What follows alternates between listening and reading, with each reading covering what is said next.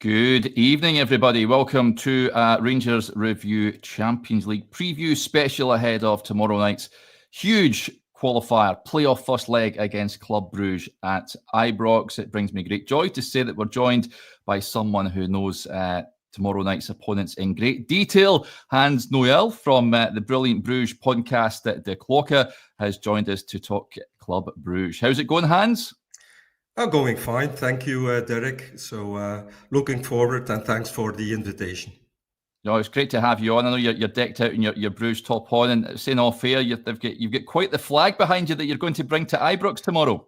Well, that's kind of superstition. So I think tomorrow will be my 78th European away game. Wow. I started off at Nottingham Forest back in 1984 at the City Ground, and tomorrow will be my 78th European away game. And the last 20, I took this flag with me. So, and it has brought me some luck in the past. So that's why tomorrow it will be in my luggage heading for first Edinburgh and then Glasgow. Super. It's St George's Cross, isn't it? With some words behind it and the Bruges badge as well. So you'll see that tomorrow, folks. If you're going to Ibrox, give Hans a shout if you see him. I'm sure there'll be a good few thousand heading over, I think, from Belgium. Hans, how many is heading over? Well, I don't know the exact figure. All I know that the bulk of the fans had their holidays and only resumed work this morning. So we all had 3 weeks of holiday, and it's a bit hard for employers to allow fans another 2-3 days off so quickly, just coming out of.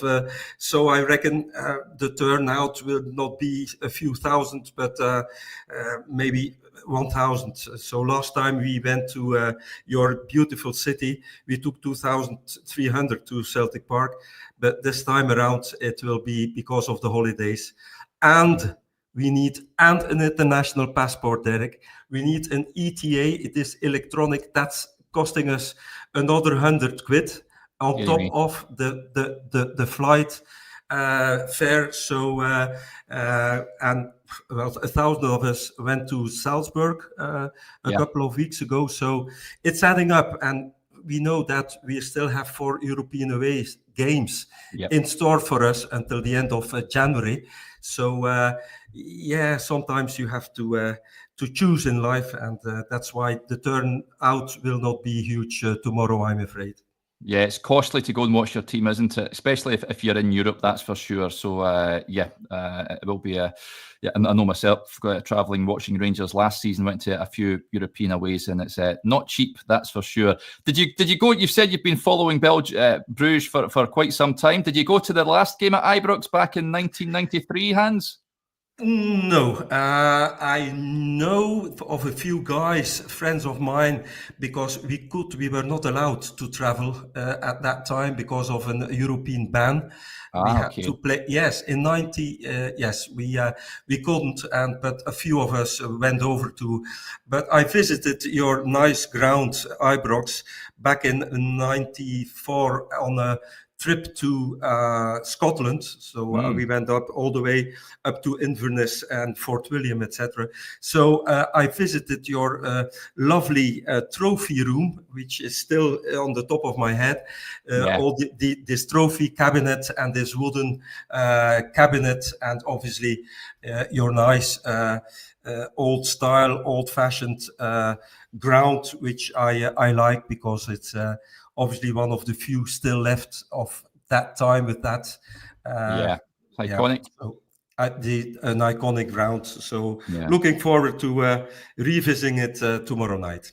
Yes. Now, of course, you guys came over to Ibrox not so long ago in that pre-season friendly, 2 apiece. The lad that you brought in this summer scored, I think, the goal of the season already. An absolute beauty, a volley from the edge of the penalty area. You raced into a 2-goal lead. Rangers came back and equalised. But this is for the real the real deal tomorrow night, of course, and the following week over in Belgium. How's confidence levels, Hans? Because like you said, a good result against Salzburg, beating them home and away in the last round. You guys confident you can get the better of Rangers? Well, actually, Derek, to be quite honest, we're a team in transition. So we lost our European top team of last year. Two of them are playing in the Premier League.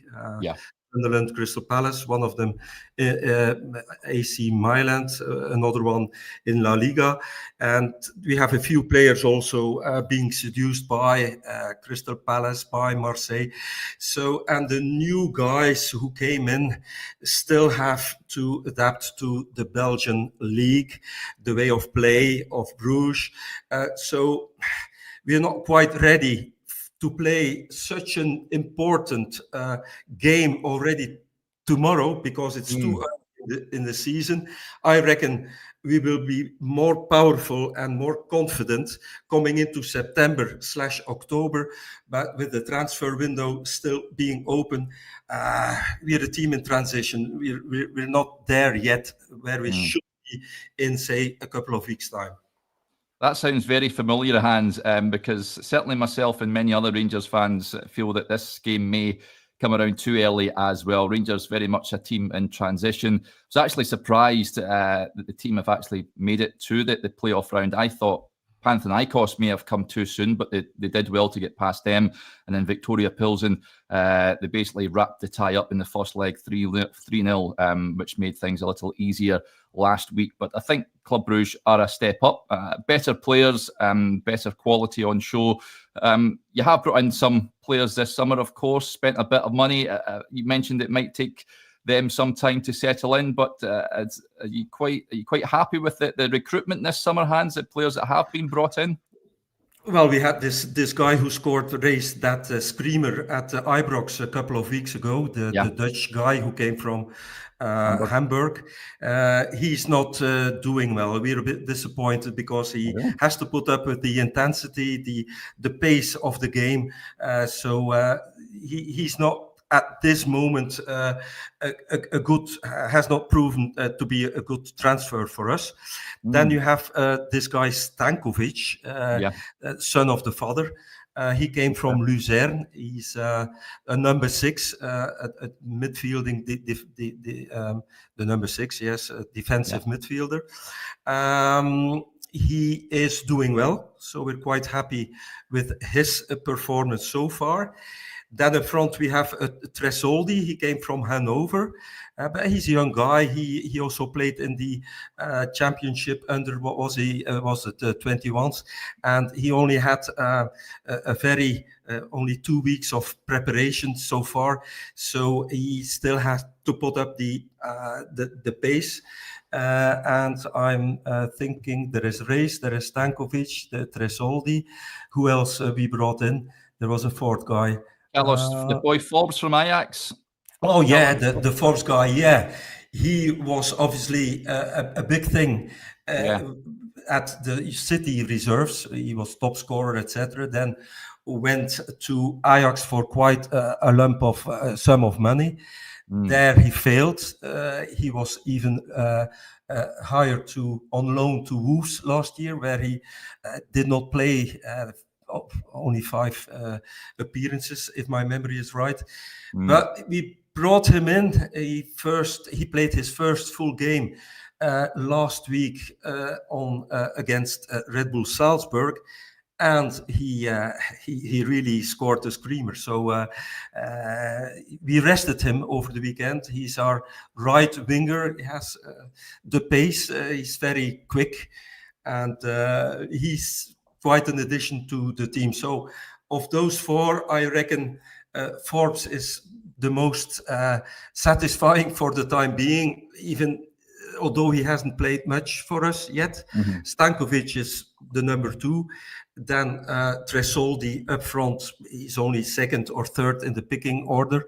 And Reis is not doing well, but we give him time, he has to adapt, and he's a young guy as well, so you have to allow some time for those guys to adapt to the style of play. And etc. But okay, we had to enforce and make transfers because we lost quite a few of our top guys. So, but still early days, Derek.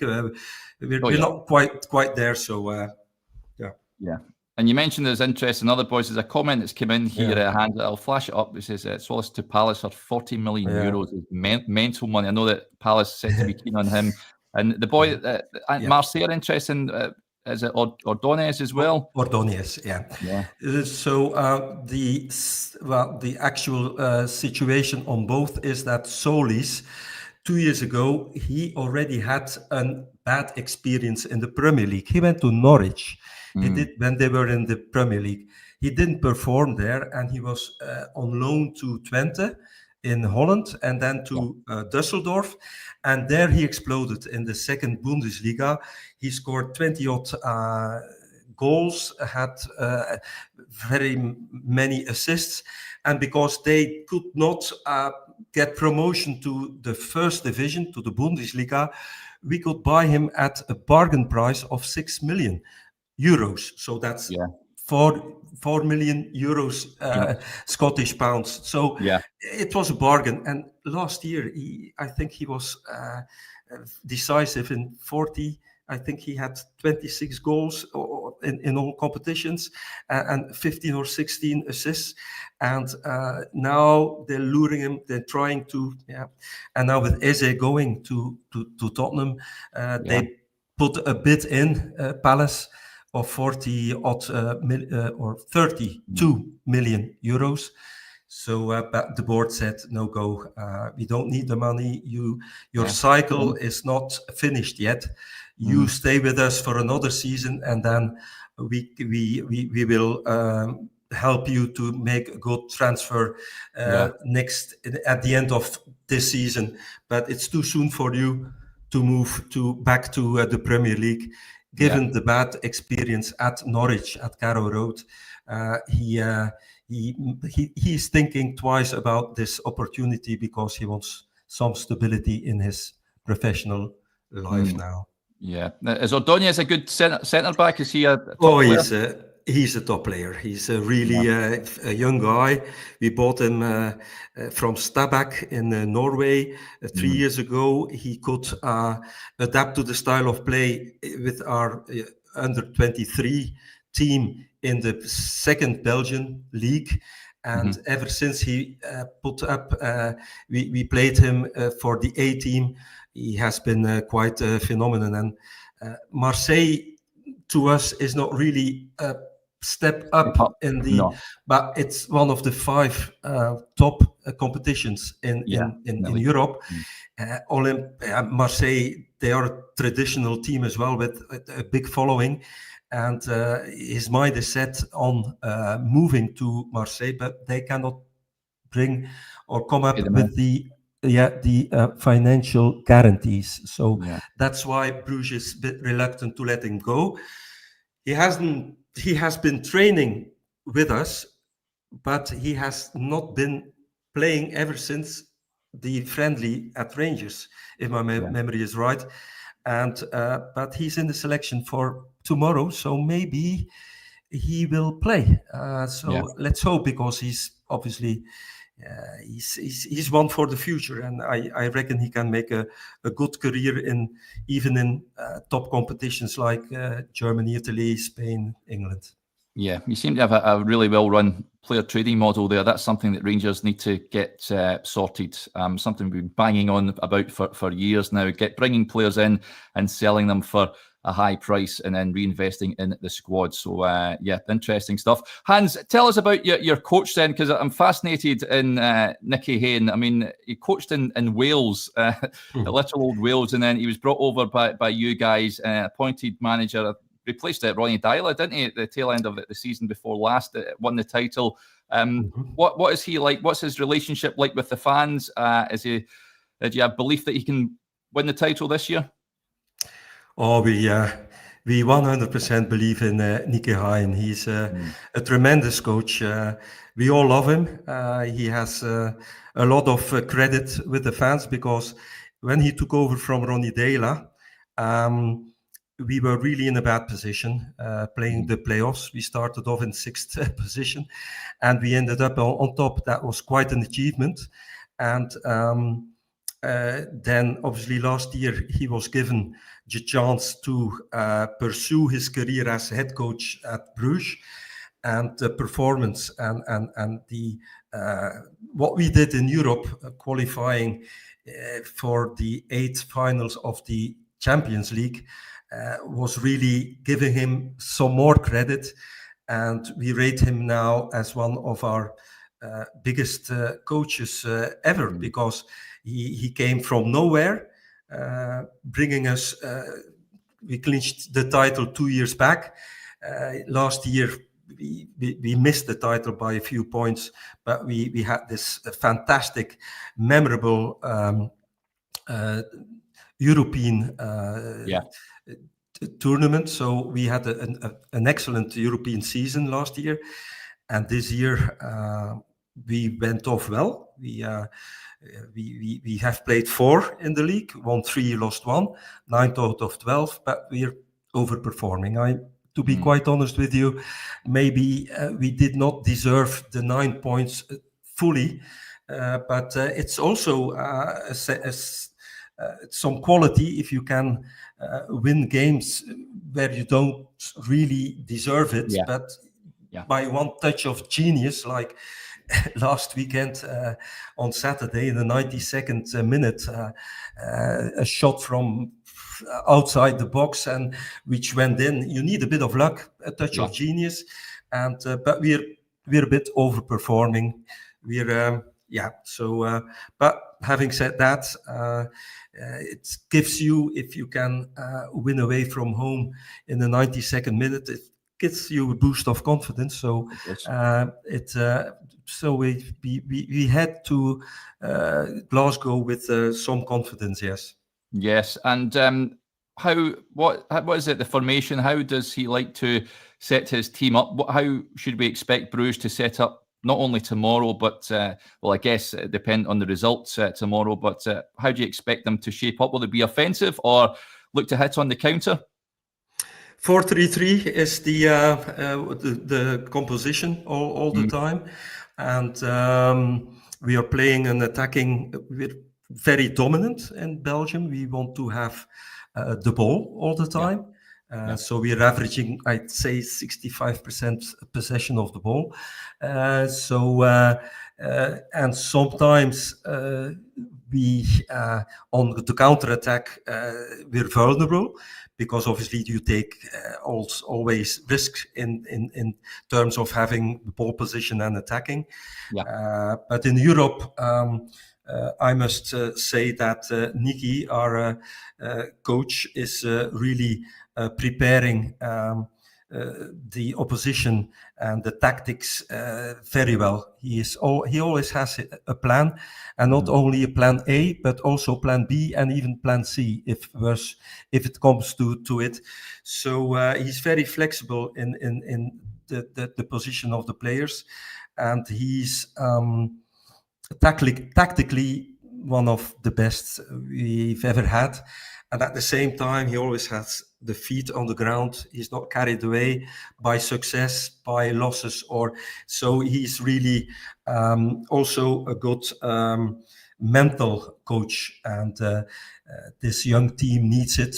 We have a few older guys which form the backbone of our team, with Simon Mignolet in the goal, Brendan Mechelen central defense, and then obviously our captain Hans van Aken, who is already, he won our Golden Boot, best player of the season 3 times in Belgium, clinched 6 titles with us in the last 10 years. So he's really the man at Bruges, because he's really the symbol of our current success in both the domestic field and also in Europe. Hans van Aken, Is it where are the weak links, Hans? Where are you feeling a bit anxious that Rangers might exploit tomorrow? Space behind our defense. the pockets. If you have guys who can run fast and they're a bit vulnerable there. Yeah. I would say that's the biggest worry to me personally, the space behind the backs, because we're quite an attacking team, and even our back players, one of them is always up front and looking for a cross or an overlap with one of the wingers. So yes, so that's why that's the only vulnerable space in my opinion. But obviously, I'm a Bruges guy, and I only see the good things, but. You've hit your mute button there, Hans. I'll try and bring you off the mute. I think your mic's disconnected there, but hopefully get Hans back there. There we go. If you just figuring out. Okay. There, we've got you back. We've got you back. Yeah. So. Defensively, I think Rangers, from our perspective, have been all over the place, and as a new team, as we touched on earlier on. So, there may very well be goals, as we witnessed in the pre-season friendly in this one, not only tomorrow, but next week as well. Given that you've ended up in the last 16 last season, Hans, of course, great run, beat Atalanta in the round of 32, and then lost out to Aston Villa, who had a great campaign themselves. Is there an expectation now that you can reach that stage again, or even go further? Well, at this time, we only look to qualify for the league phase, for the pool phase, and we're not thinking about anything else. So to us, the double fixture with your team is the most important, the two most important fixtures of the August.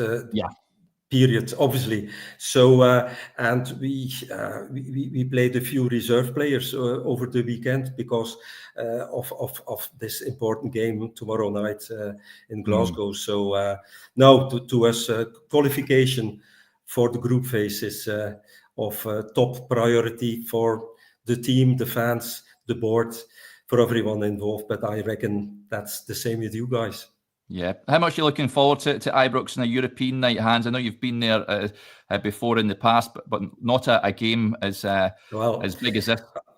I witnessed the Ali McCoy's testimonial back in, I reckon it was 94 when we were visiting Glasgow.